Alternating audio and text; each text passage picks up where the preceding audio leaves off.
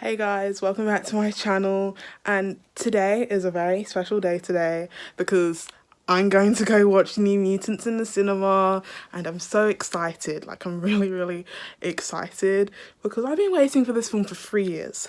I know it's not going to be that good because I've seen the reviews and it said it's like there's no twists, and I think I got a spoiler, but like, I love Anya Taylor-Joy. I'm a huge Anya Taylor-Joy fan. Apparently she's really good in it, so I'm just gonna go watch it. I'm gonna vlog it, and then you'll see my thoughts, and I'll do kind of like a review in the end.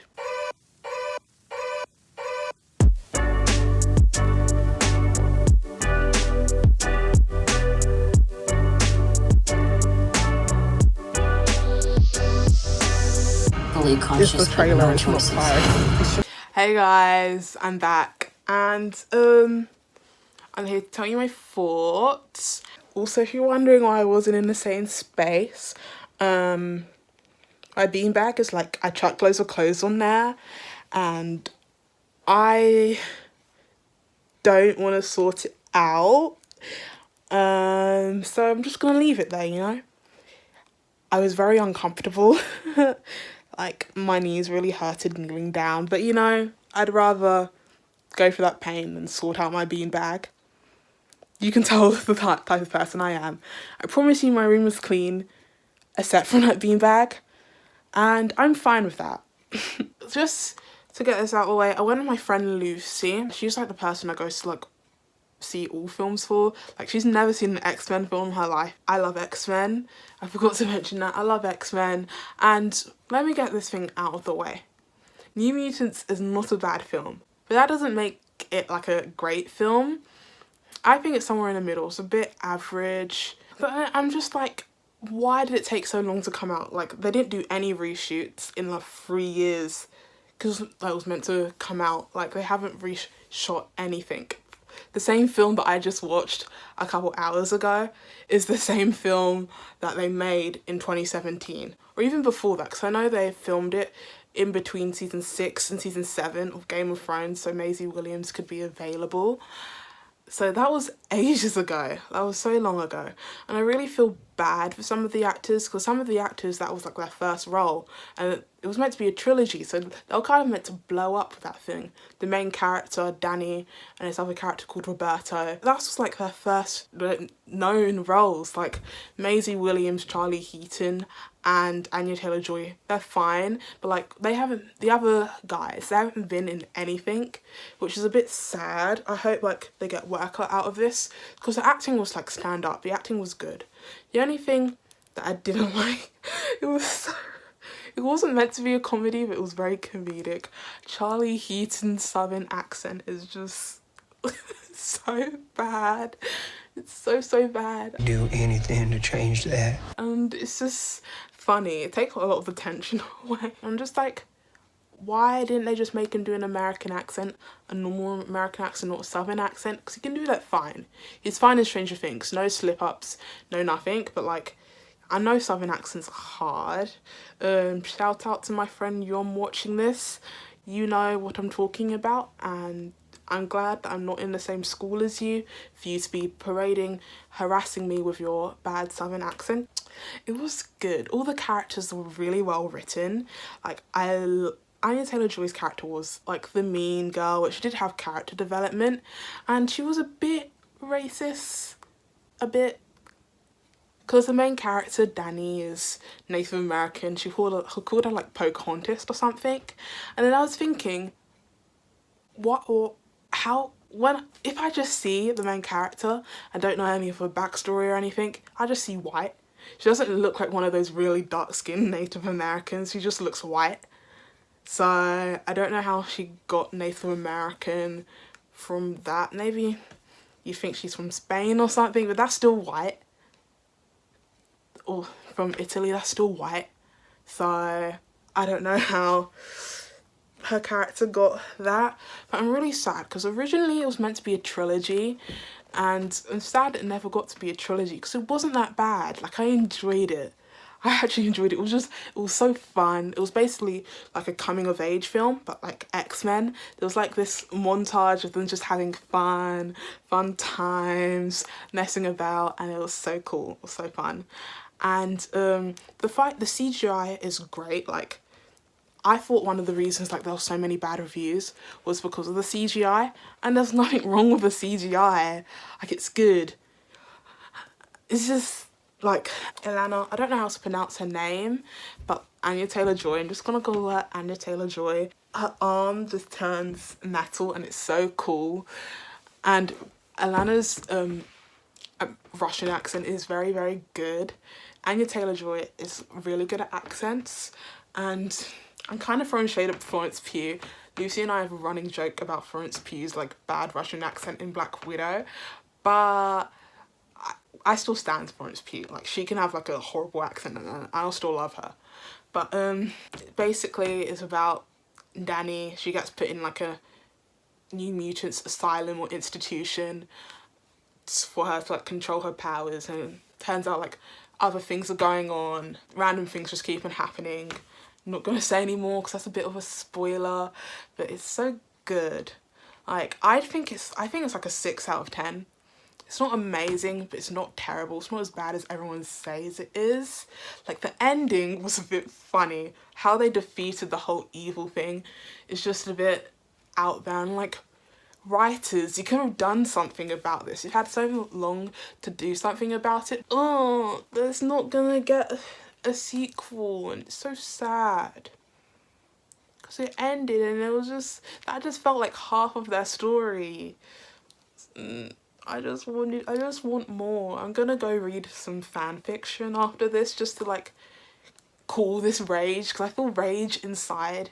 I feel rage. I feel cheated out of like a trilogy. I feel cheated. So I'm annoyed. I'm very annoyed.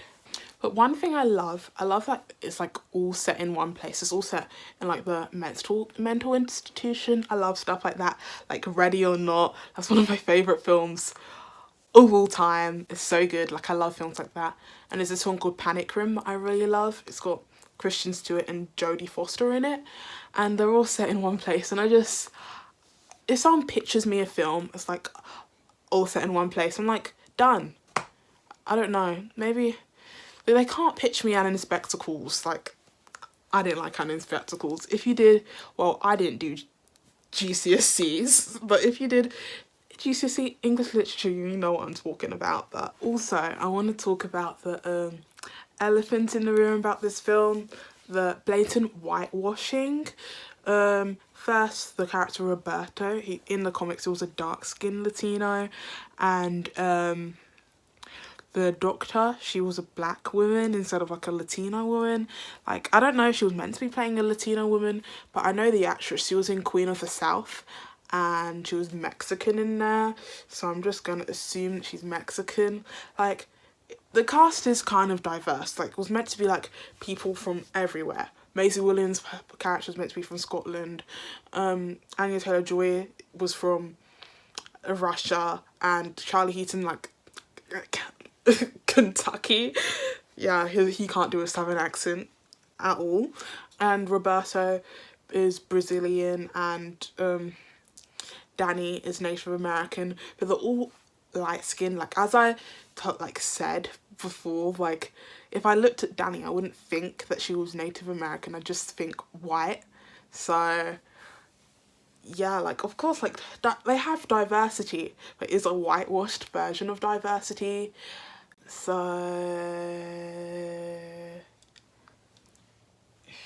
I don't know, I still enjoyed the film, but I would enjoy it more if it was a bit more diverse. I don't really want to make excuses for it, because like, it's like bad on their part. They should have like made it more diverse, but I still really enjoyed the film.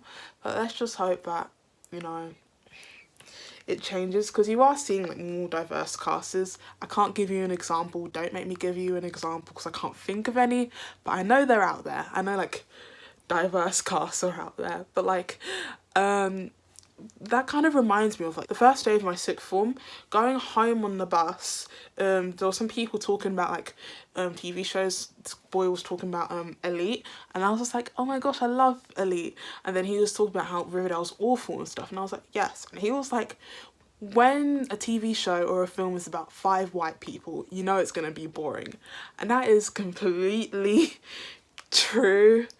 Like, this film, it didn't have much plot. It had a bit of plot, but like, it's not like, it's kind of like a coming of age film in that sense. It doesn't have much plot, it kind of just goes with the flow.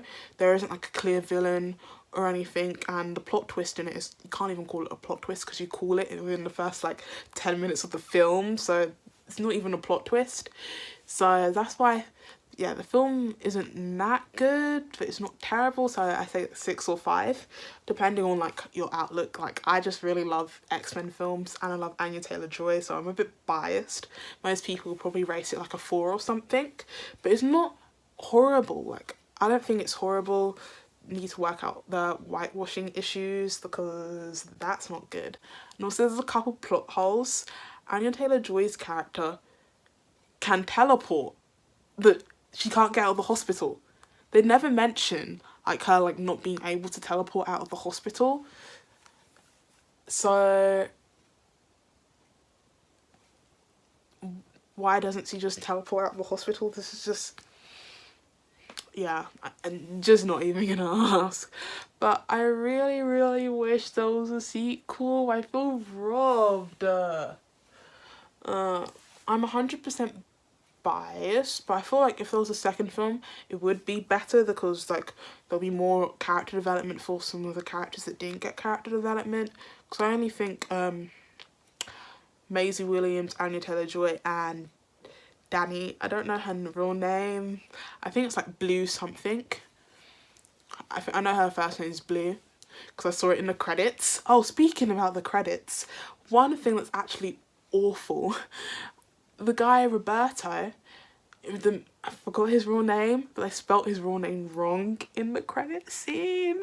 They spelt it wrong in the end credits. Ugh. And they had 3 years to fix it, and they never did. That's so bad. That's so insulting, being in a film, being cast in the film, being a main character in the film, and your name is spelt wrong in the credits. It's so insulting.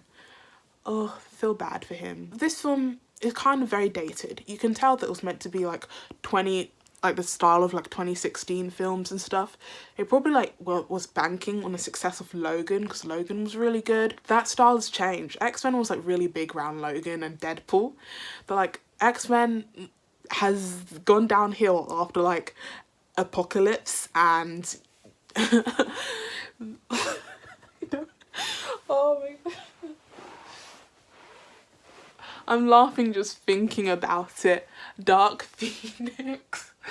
Oh, the monstrosity that was Dark Phoenix. X-Men has gone downhill. No one really likes X-Men at all. But if you're like one of those people that do and miss the old X-Men age, my favourite X-Men is X-Men 2, then Days of Future Past.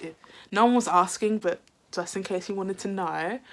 I think I've covered everything. I don't want to like give away everything. I don't want to do a spoiler review, even though like most people that want to watch X-Men New Mutants probably have, because it's been out for like 3 weeks in England and same in America. But just in case there's any couple people that don't have access to cinemas around them and actually want to see it, I'm maybe waiting for it to be pirated or something.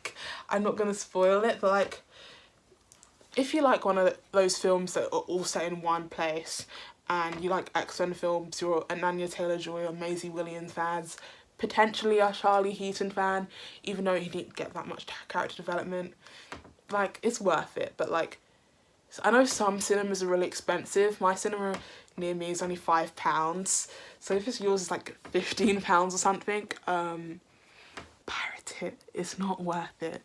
I hear like YouTubers whisper like bad things because apparently the algorithm can't pick it up. So let's see if that works. Thank you so very much for watching. I hope you enjoyed it, like going to the cinema with me. It took 3 years for this to come out. I've been excited for this for 3 years. I remember seeing the trailer for the first time. I was on holiday and just waiting in a lobby, going through my YouTube recommended and seeing that and just being like, oh my gosh, Maisie Williams, Anya Taylor-Joy, Charlie Heaton, I love them so much. Like, I'm being so excited, and just for it to be put on a shelf for 3 years, it's honestly really disrespectful to the actors and the creators and like their craft, because it isn't bad. I love films. Like, I wish I went to a school that did film studies, but then again, what would I do with a film study A-level?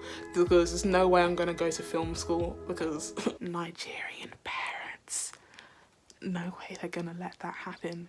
Yeah. I feel like I want my YouTube channel to be like more film based and less, because I feel like it going like more lifestyle-y. So this can be like my film studies class, this can be like my on the side passion and stuff, and yeah, I really want to do that. So if you have any ideas, like I've got a couple, I've got like 3, so for the next 3 weeks I'm covered, but like hopefully I might figure out more. But you know, I'm always open for ideas because I want to do what you want me to do, because end of the day, you're the viewers. So thank you so much for watching. If you enjoyed, give it a thumbs up. I really enjoyed making it. I enjoyed going to the cinema. If you can already tell, I love going to the cinema. It's just one of my favorite things to do. But like, follow me on Instagram at Chloe Shay. The link for that is in the description. Also subscribe if you want to see more. You know, it will be great. If you love films as much as me, this is like the channel for you, so subscribe. Also, have an amazing rest of your day. Bye.